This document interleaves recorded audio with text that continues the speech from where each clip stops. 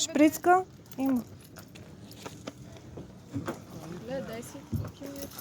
Не, вътре има нощ.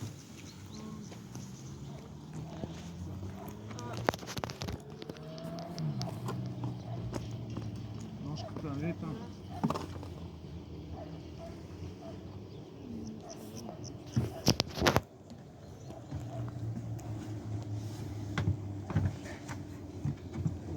Не е ли по-добре само ето къде да сложа? Ами на място се ориентираш, няма. Спокойно ме, няма да. Да, гръб. Лекичко.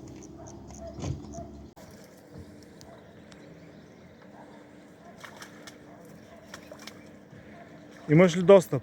Да. За крилата. Голямо ли? Това малко пати. Пробвай да му срежеш сега той.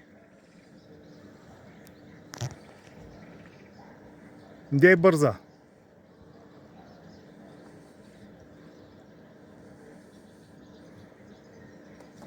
После ножката я пусни в лодката. Гребни с ръка, бе.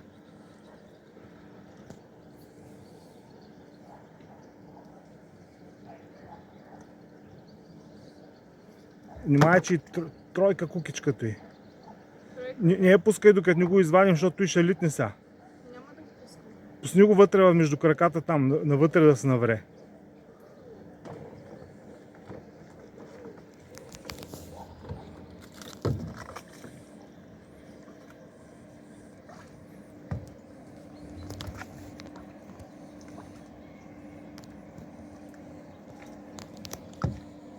Има и една умряла риба.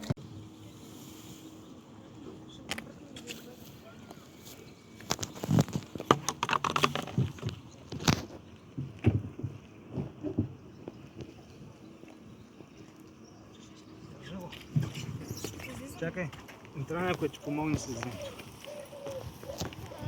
Как ще му извадим това? Влезем от майка ти телефон.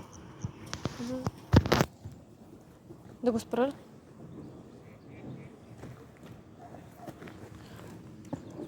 Иначе хубава, ама какво падна друга част. Спри почни от начало. Спри тук. Ще го пратя на видео. Тройка е. А може ли да се срежи? Да се щупи кукичката. Да. Ами от рибарите клещи питай. Клещ. Защото това ще го нарани. Да щуп... За кукичка им кажи, че ще трябва. За кукичка да щупим.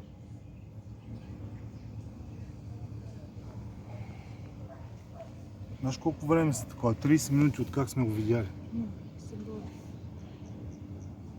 Трябва ни клещи здрави. Да отида ли с нея?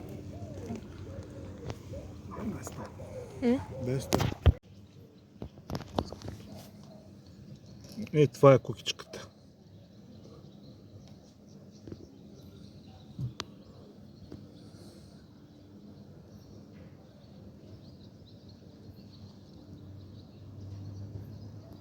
Няма отдолу рана, сякаш, ама...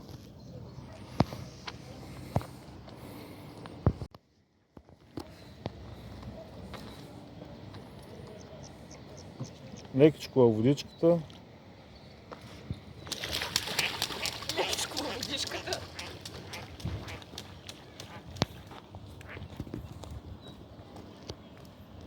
Той не си мазал и пирошината, като гледам. Сега като пие вода малко ще изтича. Така че се забравиш.